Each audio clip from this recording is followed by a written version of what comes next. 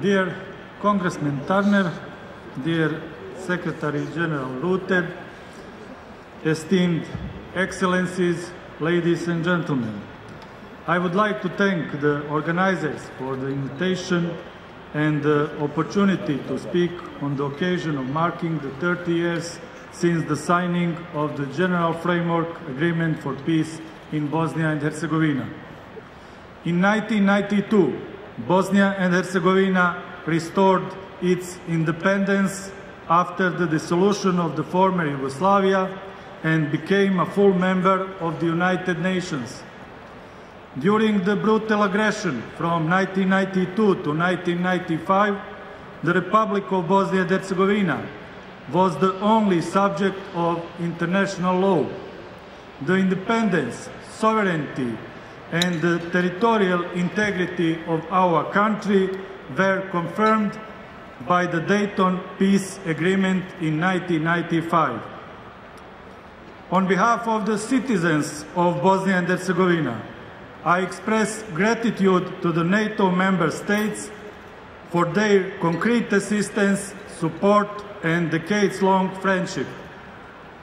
Since the end of the aggression until today, Bosnia and Herzegovina has made significant progress. Today, Bosnia and Herzegovina stands at the doorstep of the European Union and NATO. These are strategic foreign policy goals unanimously adopted by the state institutions of Bosnia and Herzegovina.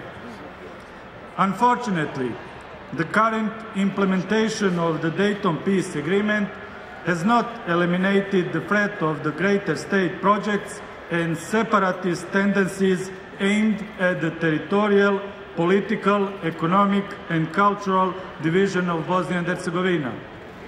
Ladies and gentlemen, the leadership of the Bosnian and Herzegovinian entity Republika Srpska does not respect the Dayton Peace Agreement.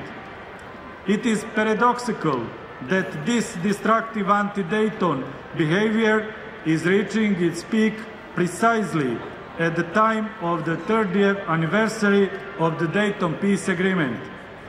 The leadership of the Republika Srpska entity, supported by Moscow and Belgrade, launched a brutal attack on the constitutional order of Bosnia and Herzegovina at the end of February this year. This attack on the fundamental provisions of the Dayton Peace Agreement is still ongoing and represents a serious threat to peace and stability. The current problem in Bosnia and Herzegovina is primarily of a security nature. The Dayton Peace Agreement has brought us peace, and we thank you for that. Help us defend your legacy and do not allow Russia to open a second front in the Western Balkans.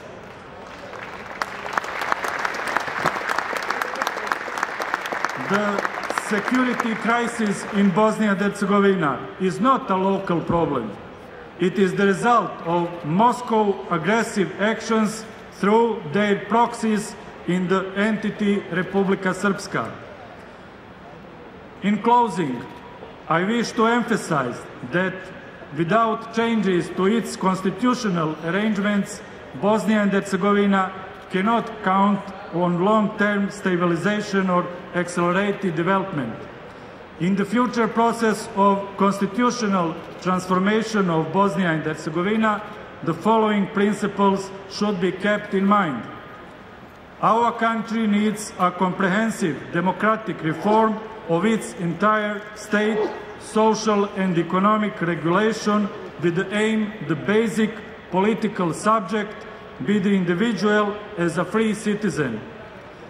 The Constitution of Bosnia and Herzegovina must be based on the principles civic democracy with mandatory respect for the multi-ethnic character of the state.